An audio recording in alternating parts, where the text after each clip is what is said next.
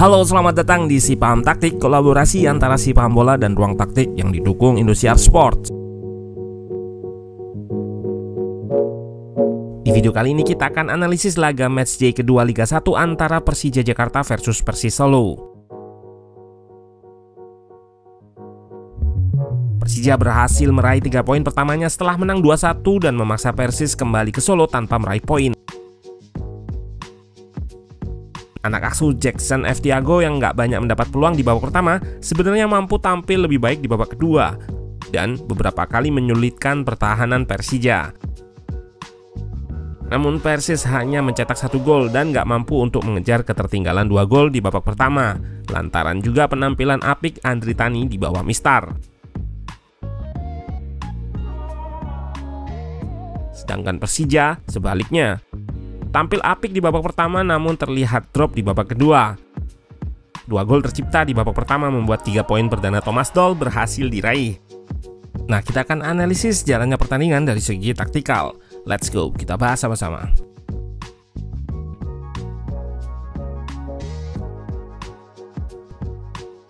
Di kubu Persija, Thomas Doll kembali menurunkan skema 3 back yang sepertinya menjadi pakem yang ia gunakan musim ini.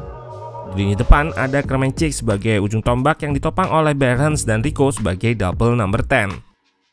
Double number 10 artinya diberi kebebasan roaming atau bergerak secara cair. Sedangkan Persis Solo turun dengan formasi 4-3-3. Formasi yang sama di pertandingan pertama namun dengan beberapa perubahan di starting line up.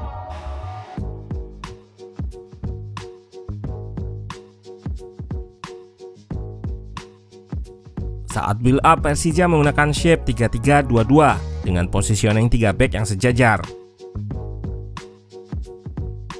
Namun dalam beberapa momen, Kudela yang menempati posisi center back sebelah kanan bisa memposisikan dirinya lebih tinggi untuk akomodir Frankie Misa naik mengisi area winger.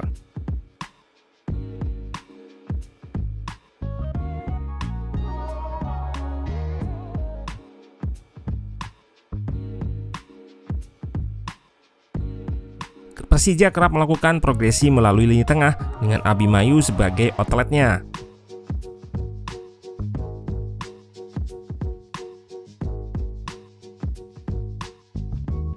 Ia seringkali berada dalam posisi unmarking karena positioning Hanif yang mengikat Zanadin dan Taufik Febrianto sering terlambat menutup Abimanyu.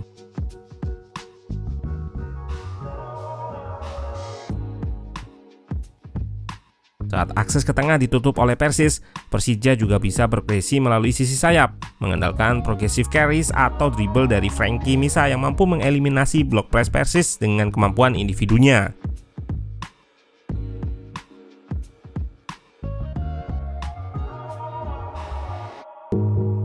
Hal positif ditunjukkan oleh center back terluar Persija yang nggak terburu-buru melepas bola. Beberapa kali Kudela dan Hansa mau melakukan dribble ke depan untuk invite press saat Persis nggak melakukan high press. Dengan ini Persija nggak akan boros pemain di belakang, sekaligus membuat ruang antar lini menjadi lebar karena lini depan Persis press ke depan sementara lini di belakangnya lebih memilih mundur. Selain berperan sebagai outlet progresi dari lini pertama build up Persija, Abimanyu yang memiliki visi yang baik juga berperan sebagai kreator peluang-peluang Persija. Ia kerap melepaskan true pass di antara backline Persis Solo.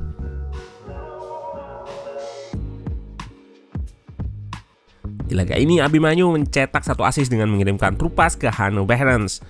Kita lihat bagaimana lini pressing pertama Persis naik, sementara lini bertahannya turun. Ini membuat space yang lebar untuk Abimanyu.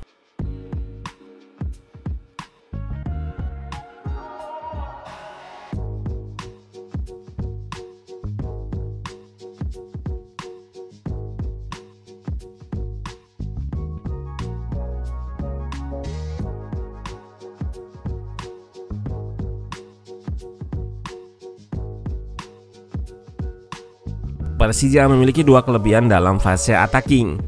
Yang pertama dengan cairnya pergerakan Behrens dan Rico sebagai double number 10. Dan Kremenchik yang juga bisa bergerak untuk membuka ruang dan melakukan link up.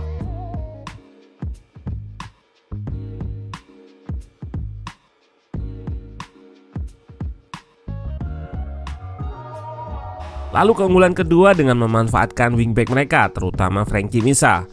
Memang salah satu keunggulan bermain dengan 3 back adalah adanya 2 wingback di kedua sisi sayap yang selalu menyediakan opsi kelebaran secara natural.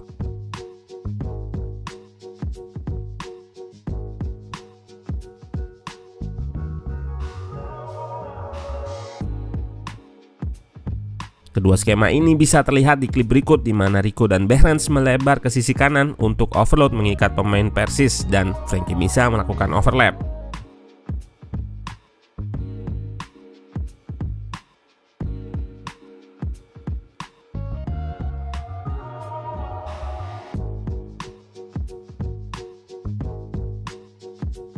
Persis Solo nggak banyak mendapatkan peluang di babak pertama dan banyak mengandalkan transisi positif atau serangan balik, serta kualitas individu Mesidoro.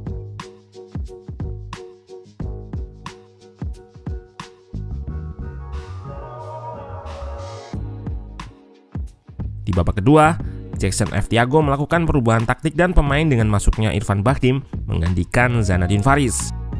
Dari pemain Persija berkembang jika diberi ruang, di babak kedua Persis Solo meningkatkan intensitas pressing dan tampil lebih menekan.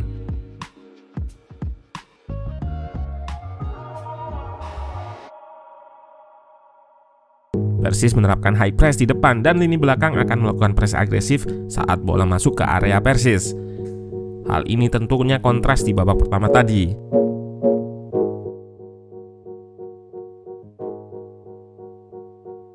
Persis juga menerapkan counter press untuk gagalkan transisi positif Persija dan segera merebut bola.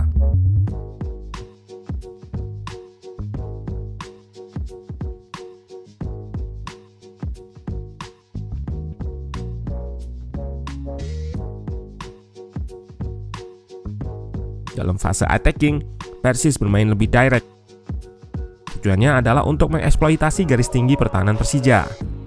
Tim asal Solo tersebut banyak mengirimkan umpan true pass dan long ball mengakses backline Persija. Gol Persis dari skema ini, true pass ke Altaf yang berada di sayap kanan, mengekspos garis tinggi pertahanan Persija. Juga ada pergerakan Mesidoro yang menarik Maman keluar dari garis pertahanan.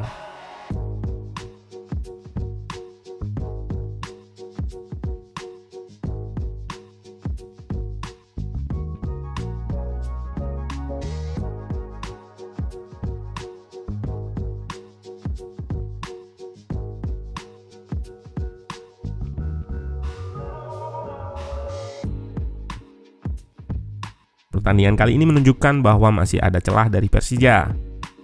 The Jack yang nggak bisa mempertahankan intensitasnya seperti di babak pertama dimanfaatkan oleh Persis untuk tampil lebih menekan dan membahayakan pertahanan Persija. Kemungkinan periodisasi yang digunakan Thomas Doll adalah periodisasi yang bertahap, sehingga seiring berjalannya waktu tim akan lebih kuat dan harapannya bisa konsisten.